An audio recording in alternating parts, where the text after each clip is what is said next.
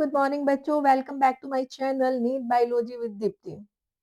बेटा, बहुत सारे बच्चे ऐसे होंगे जिन्होंने अपनी पढ़ाई को इतना सीरियस नहीं लिया होगा, इतनी अच्छे से पढ़ाई नहीं की होगी जितने अच्छे से करना चाहिए। अब टेंशन हो रही है, एग्जाम आ रहा है, प्रेशर हो गया है। अगर हम देखें, आज से टोटल 81 डेज बैठते हैं, ठीक है। कल से बैठेगा 80 डेज। तो बेटा, बहुत सारे बच्चे वीडियो देख रहे हैं। अब बहुत सारे बच्चों को डाउट है, मैम क्या हम 80 डेज में नीट क्रैक कर सकते हैं? मैम बहुत टेंशन हो रही है। कुछ ऐसी स्ट्रेटेजी बताइए, कुछ ऐसी टिप्स बताइए कि हम अपना नीट क्रैक कर सकें, हमारा पूरा साल बेकार ना जाए। मैम, यस बेटा, आप कर सकते हो, लेकिन आपको कुछ टिप्स फॉलो करने पड़ेंगे और आपको कुछ अच्छे से स्ट्रेटेजी मेंटेन करनी पड़ेगी। सबसे पहले फॉलो राइट स्ट्रेटेजी। बेटा, राइट स्ट्रेटेजी कैसे फॉलो करनी है? देखो मैम, मेरे पास इतने नोट्स हैं, मैंने इस टीचर के, इस टीचर के, इस टीचर के, मैम मेरे पास उस टीचर के, मैम मेरे पास 10 टीचर्स के नोट्स हैं, मैम मेरे पास 10 ऑथर की बुक है, इतना मटेरियल है, मेरे को समझ नहीं आ रहा है कि मैं कैसे करूं। मैम मैं इतना कैसे रिवाइज करूं?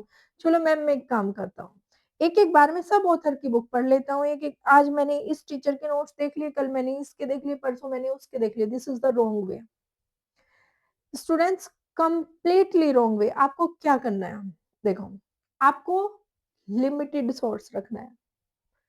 10 टीचर्स के नोट्स एक एक बार पढ़ने से अच्छा है आप एक टीचर के नोट्स या 10 ऑथर की बुक्स 10 एक एक बार पढ़ने से अच्छा है आप एक ऑथर की बुक 10 बार रीड करें, 10 बार उसको रिवाइज करें। First, selected material. इतना मटेरियल मत रखो, एक्स्ट्रा ही बर्डन देगा। सामने भी मत रखो आंखों के, बेवजह टेंशन देगा। लिमिटेड सोर्स रखो। आप क्या करना है, वो जो लिमिटेड सोर्स है, एनसीईआरटी, सपोज मैंने एक लिमिटेड सोर्स रखा एनसीईआरटी, किसी भी ऑथर की बुक से अच्छा एनसीईआरटी, मैंने एनसीईआरटी को एग्जाम तक मल्टीपल रिवीजन दिया है, मैंने लिमिटेड सोर्स रखा है और उस लिमिटेड सोर्स को मैंने मल्टीपल रिवाइज किया है। ओके, एनसीईआरटी जब आप पढ़ रहे हो, मैंने चैप्टर 1 स्टार्ट किया है। मैम चैप्टर 1 में तो स्टार्टिंग में ही इंट्रोडक्शन है, चलो मैम स्किप कर देता हूँ। अरे यहाँ से कहाँ से क्वेश्चन आएगा? नो, इंट्रोडक्शन पूरा करना है।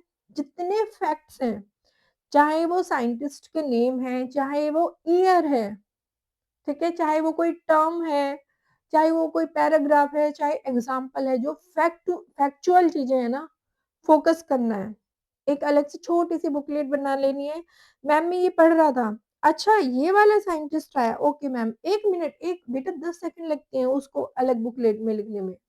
अच्छा ये साइंटिस्ट आया, इस ईयर में आया, उसने ये काम किया है, सिंपल। फिर मैंने पढ़ना शुरू किया, अच्छा मैम ये फैक्ट आया है, ओके ये फैक्ट आया है, रीड, फटाफट लिखा और चलो, समरी बेस बन जाएगी, आपकी खुद की बुकलेट बन जाएगी, उसको रिवाइज कर लेना है। बेटा यहाँ फैक्ट हो गए, सारे ग्राफ्स हो गए, साइंटिस्ट हो गए, ईयर्स हो गए, टर्म्स हो गए। डायरेक्ट क्वेश्चन पूछता है फैक्ट से, कितनी देर लगती है कवर करने में? आता है तो टिक करना है, नहीं आता तो नहीं करना है, ठीक है। एनसीईआरटी फॉलो करनी है, ऑल डायग्राम्स फॉलो करने हैं, ऑल एग्जांपल फॉलो करने हैं, फैक्ट की सारी चीजें फॉलो करनी है। एग्जाम चैप्टर के लास्ट में जो समरी दी है उसको भी बहुत अच्छे से करना है। Second, do smart work. अब स्मार्ट वर्क क्या करना है? बेटा इतना सिलेबस है, मैम इतना सिलेबस तो नहीं हो पाएगा। पूरे साल का सिलेबस, मैम मैंने तो पढ़ाई नहीं की, पूरे साल का सिलेबस अब कैसे करूं 2-3 महीने में? कैसे करूं मैम?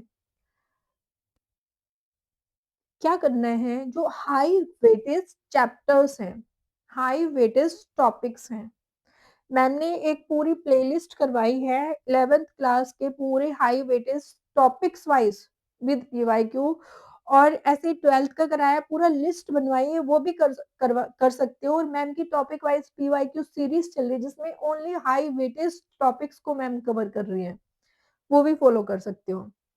हाई वेटेज चैप्टर्स को पहले फर्स्ट कर लेना है, फर्स्ट हम उनको कर लेंगे, बाद में टाइम बचेगा तो और चीजें देखेंगे। Okay, set daily goals, time table.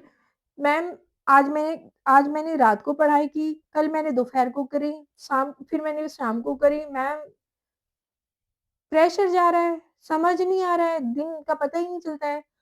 Time table set कर लेना है। टाइम टेबल ऐसा बनाओ कि आपके तीनों सब्जेक्ट आएँ, आपका रिवीजन का टाइम हो, आपकी स्लीप टाइम हो, आपका पीवाईक्यू एनालाइज़ का टाइम हो। मैम ने 12 आवर का टाइम टेबल बनवाया, मैम अब 8 आवर का भी बनवाएँगी। देख सकते हो, फॉलो कर सकते हो, ठीक है? फोकस टाइम टेबल बना लेना है तो टेंशन नहीं जाएगी, पता रहेगा इस टाइम पे मुझे ये सब्जेक्ट करना है, उस टाइम पे वो सब्जेक्ट, प्रेशर खत्म हो जाएगा। Mock test next, mock test देने हैं। मैम मैं तो डेली मॉक दे रहा हूँ।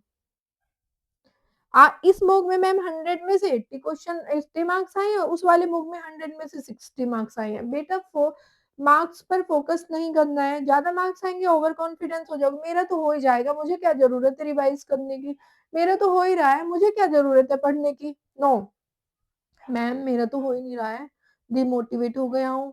बेटा मार्क्स पर फोकस नहीं करना है, फोकस करना है जहाँ क्वेश्चन गलत हो रहे हैं, जो क्वेश्चन गलत हो रहे हैं उन पर फोकस करना है। सपोज़ आपने 100 क्वेश्चन का मॉक दिया, आपने 60 सही किए, 40 रॉन्ग किए, तो आपको वो जो 40 क्वेश्चन रॉन्ग किए या तो वो कॉन्सेप्ट में इश्यू है या पढ़ने में इश्यू है, कहीं तो इश्यू है।